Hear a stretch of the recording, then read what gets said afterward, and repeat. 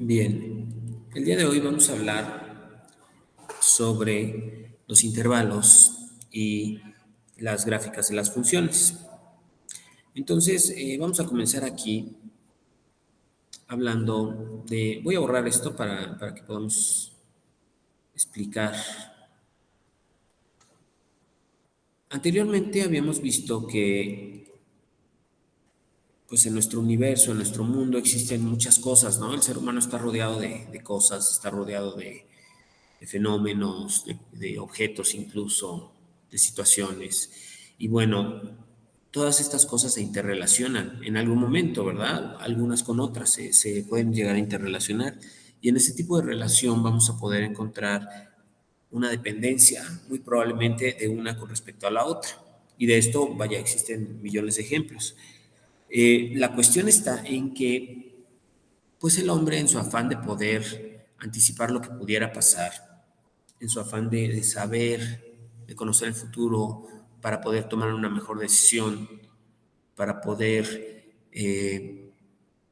protegerse incluso, bueno, pues entonces recurre a las matemáticas. De aquí surge precisamente la necesidad de incorporar las matemáticas en, en esto, en este tipo de estudio de la relación que hay entre las cosas. Y aquí es donde surgen las funciones. Entonces, este tipo de cosas que yo mencionaba pueden ser cosas intangibles o pueden ser cosas tangibles, físicas, ¿verdad? O que no podemos tocar. Entonces, vamos a poner un ejemplo. Vamos a suponer que pues estamos preparando una taza de café. ¿Ok? Esta es mi taza. Ahí está. ¿Ok? Ahora, esta taza, pues resulta que pues, está recién servida, ¿no? Entonces, pues obviamente hasta uno saca, ¿no? Y bueno, pues resulta que cuando estoy dispuesto a tomarme mi taza, pues recibo una llamada telefónica. Entonces, a mí se me hace fácil dejar esta taza en la ventana. Ahí más o menos así sería nuestra ventana, ¿no? Y me pongo a hablar por teléfono mientras dejo la taza ahí. Aquí voy a encontrar una situación que podría representarse como función. Por un lado, voy a tener dos cosas, o les vamos a llamar ya para darle un nombre propiamente mejor aplicado, dos variables. La primera sería la temperatura del café y la segunda sería el tiempo que transcurre mientras estoy hablando por teléfono. ¿Ok? Entonces, aquí nos preguntaríamos nosotros, ¿qué depende de qué? ¿La temperatura del café dependerá del tiempo que yo esté hablando por teléfono? Es decir, voy a poder ahí ver la relación, habrá una relación de que mientras hable yo por teléfono, la temperatura de la taza de café cambiará. Pues sí, ¿no? Entonces, esta relación nos lleva a que consta de dos variables, ¿verdad? La primera decíamos temperatura y tiempo. Me doy cuenta que aquí hay una variable dependiente, es decir, la temperatura va a depender del tiempo. Entonces, la variable dependiente la vamos a representar con Y, en tanto que la variable independiente la vamos a representar con X. ¿Ok? ¿Esto para qué? Porque lo que queremos es que, como yo les decía, el hombre necesita anticipar lo que puede pasar en el futuro para muchas cosas, tomar decisiones, protegerse, en fin, ¿no? Establecer un pronóstico de algo que pudiera ocurrir. Entonces, aquí estamos recurriendo a matemáticas, pero tengo que traducir esta idea a matemáticas. Por eso es que entonces a la temperatura, que es mi variable dependiente, le voy a dar, la voy a denominar y me voy a apoyar en el plano cartesiano para establecer los valores de esta variable en el eje de las y, obviamente. Entonces, aquí sería mi temperatura en el eje de las y en grados. Bien. Y como tengo una variable independiente, que sería el tiempo, eso lo voy a considerar dentro de X, el eje de las X. Entonces aquí van a ir mis unidades de tiempo, que pudieran ser minutos, horas, etcétera, etcétera. Bien. Y entonces a lo mejor yo tengo una función que, pues de acuerdo con esto, pues al instante cero probablemente la temperatura esté en su punto más alto, ¿no? Al instante cero, es decir, de aquí a acá, en el momento cero la temperatura va a estar en su instante más alto, pero conforme vaya pasando el tiempo, es decir, a lo mejor aquí 1 hora, 2 horas, 3 horas, 4 horas, etcétera, etcétera, pues me voy a dar cuenta que la temperatura va a tender a bajar y probablemente se mantenga, ¿no? Y a lo mejor así sería indefinidamente, ¿ok? Ahora, a mí para efectos de funcionalidad, a lo mejor, pues yo no voy a estar hablando a lo mejor tanto tiempo, ¿no? Entonces, a lo mejor yo quiero saber lo que pasa en las 3 primeras horas, porque pues era un amigo que no veía desde hace muchísimo tiempo. Entonces, lo que hago es que no voy a trabajar con toda esta función, voy a trabajar con una parte de ella. Y en este caso yo la voy a delimitar con estas rayas azules que voy a trazar. Va a ser de aquí, desde cero hasta, como dije, las primeras 3 horas. ¿Ok? Esto, lo que está dentro de estas dos líneas azules, es lo que me interesa de la función. Es la parte que me interesa de la función. Esta no. Entonces, esta de hecho la puedo, no me interesa, la puedo quitar. ¿Sale? Entonces no la voy a considerar. Tampoco si hubiera aquí valores negativos, tampoco los consideraría. Solamente esta parte. Bueno, este espacio que hay, que si te das cuenta tiene un límite inferior y superior, ¿no? Que serían los valores de x. El límite inferior sería 0, el límite superior sería 3, ¿ok? Bueno, pues este espacio que va de 0 a 3 en valores de x se llama intervalo, ¿ok? Ahora, existen varios tipos de intervalo. Para esto, bueno, les decía yo, entonces este espacio que va de aquí de 0 a 3 es lo que me interesa. Se llama intervalo, lo voy a tomar. Y vamos a ver cómo se representa un intervalo de forma gráfica. Vamos a poner un círculo aquí y otro acá. ¿Ok? Aquí abajo voy a poner el límite inferior que es de 0, el límite superior que es a 3, que podrían ser horas, etcétera, etcétera, ¿no? Entonces vamos a ver ahorita nuestros intervalos. ¿Sí? Hay varios tipos de intervalos. Está por un lado el intervalo abierto. El intervalo abierto se va a representar así como lo están viendo. Y esto de manera gráfica. De manera analítica, pues sería el intervalo que va de 0 a 3. Date cuenta que estoy utilizando paréntesis. Estos paréntesis nos van a servir para reconocer que estoy hablando de un intervalo abierto. ¿Sale? Es un intervalo abierto. ¿Ok?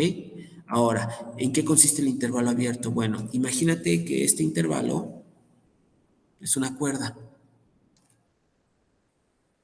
¿Ok? Esa cuerdita le voy a mochar las dos puntitas con unas tijeras. Entonces le voy a quitar este intervalo, obviamente quedamos que iba de 0 a 3, ¿no? Pero le voy a quitar esta puntita, que es el 0, y esta puntita, que es el 3. ¿Qué me queda?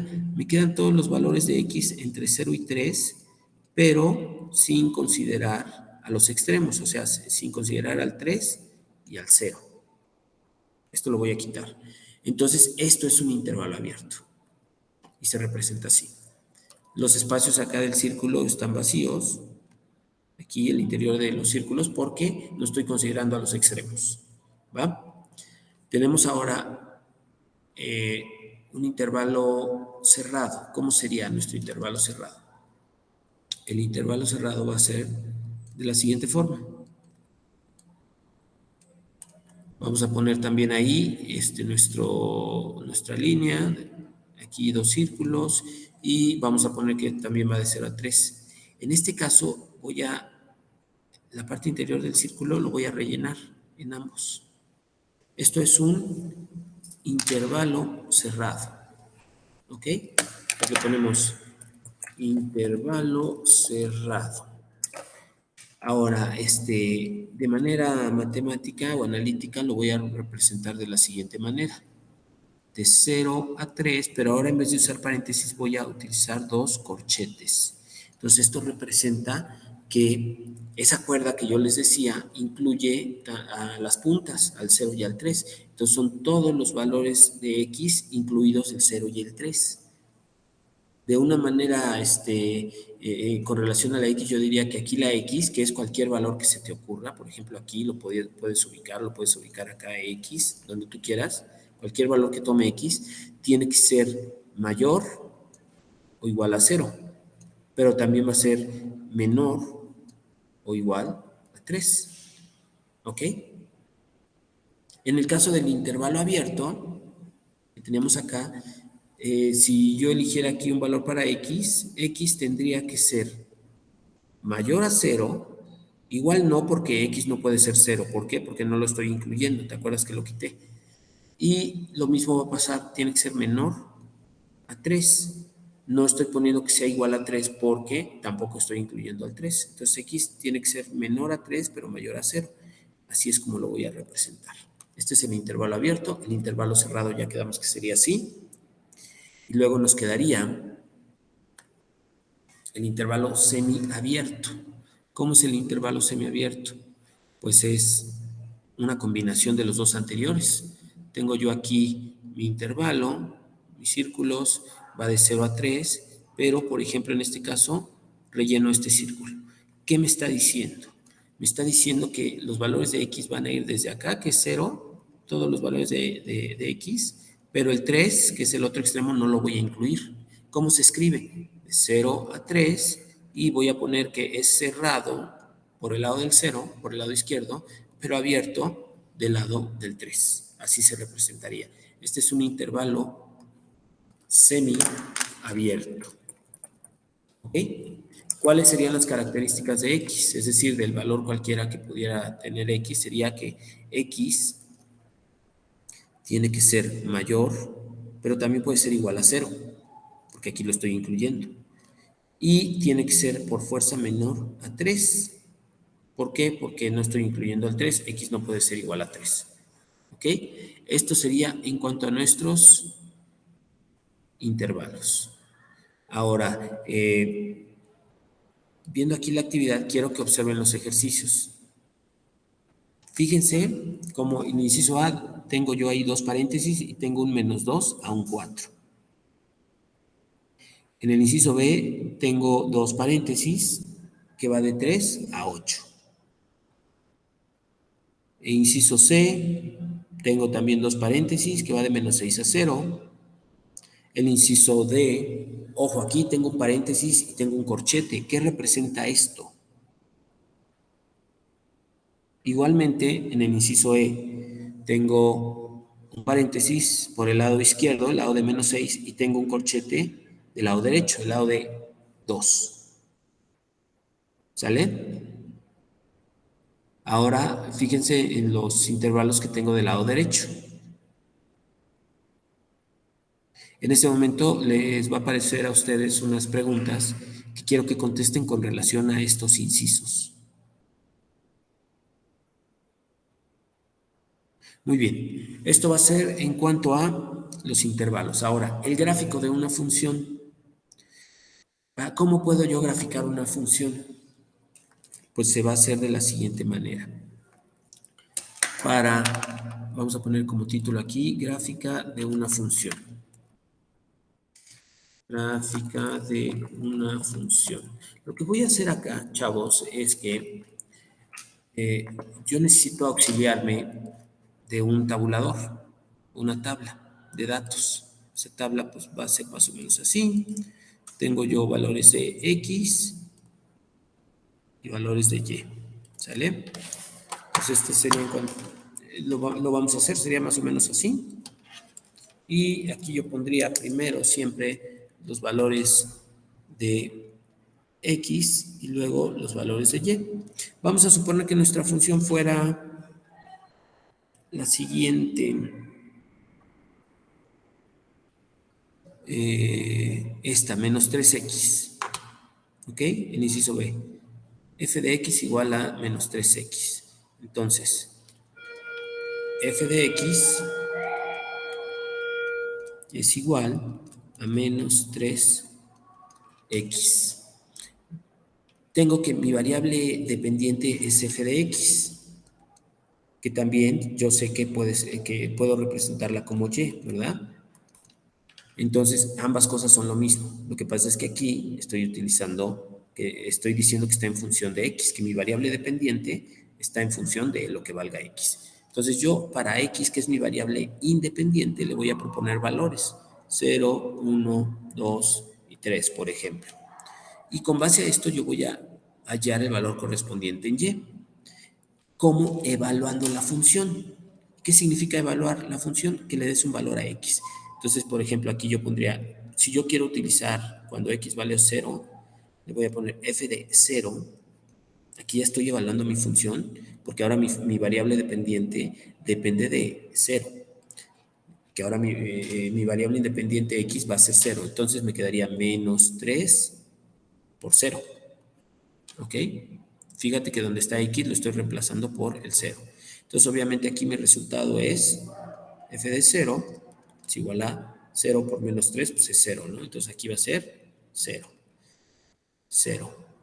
Ahora, ¿qué pasa cuando evalúo mi función, pero ahora en 1? Es decir, x va a valer 1. Entonces se pondría f de 1 es igual a menos 3 por 1, eso te va a dar menos 3, ¿sale? Entonces aquí va a ser menos 3. ¿Qué pasa si yo evalúo mi función con 2? Entonces cambio esto, por lógica tengo que cambiar esto, ¿sale? Y aquí vamos a poner 2. Aquí es 2 y aquí es 2. Entonces, menos por más me da menos, 3 por 2, 6. Quiere decir que vale 6. Y finalmente, si mi función la evalúo en 3, pues voy a tener lo siguiente, ¿no? Menos 3, perdón, 3 positivo, ¿no? Habíamos quedado que era 3 positivo. Pues 3, 3, aquí es 3, estoy evaluando con 3 positivo. Entonces, menos por más me da menos, 3 por 3, 9. Aquí va a ser menos 9, ¿correcto? Igual acá, ¿no? Ojo aquí, cuando lo hice con 2 también es negativo. ¿Por qué? Porque les recuerdo, cuando evaluamos con 2,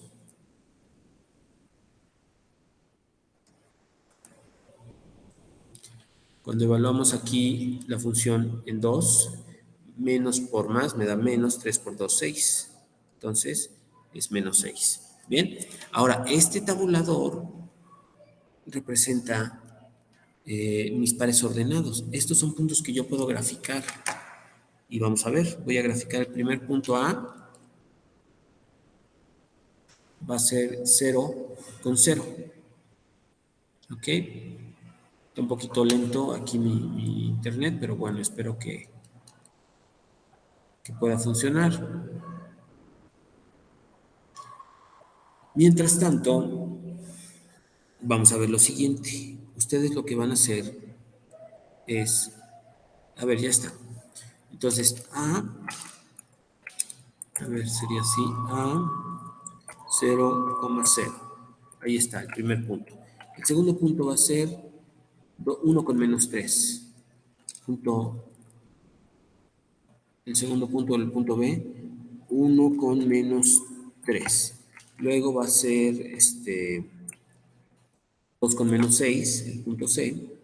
El tercer punto, 2 con menos 6.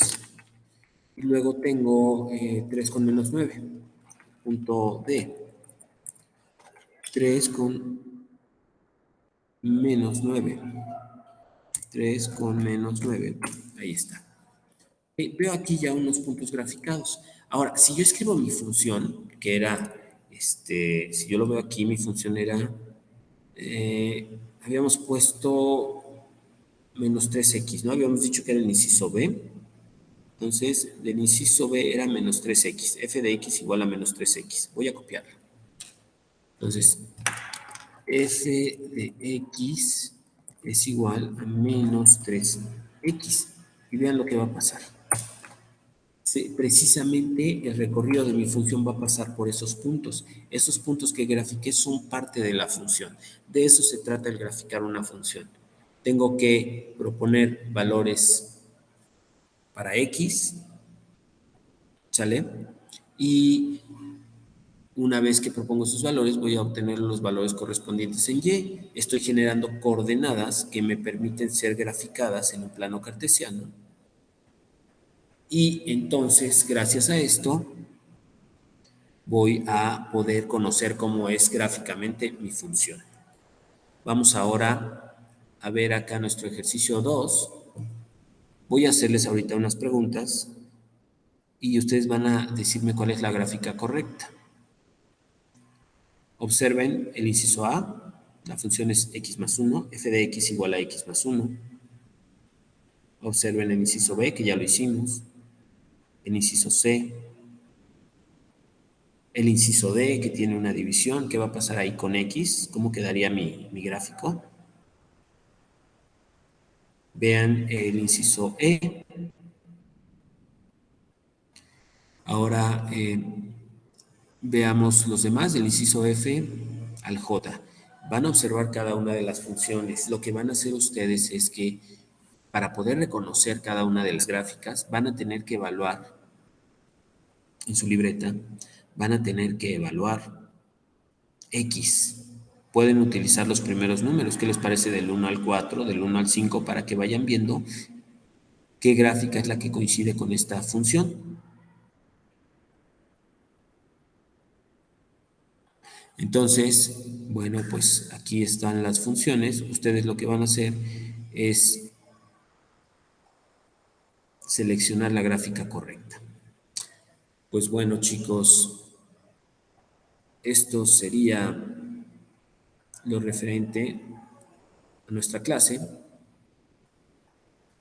Nosotros ahora no nos queda más que trabajar en la actividad y bueno, cualquier cosa estamos a sus órdenes. Cuídense mucho. Hasta luego.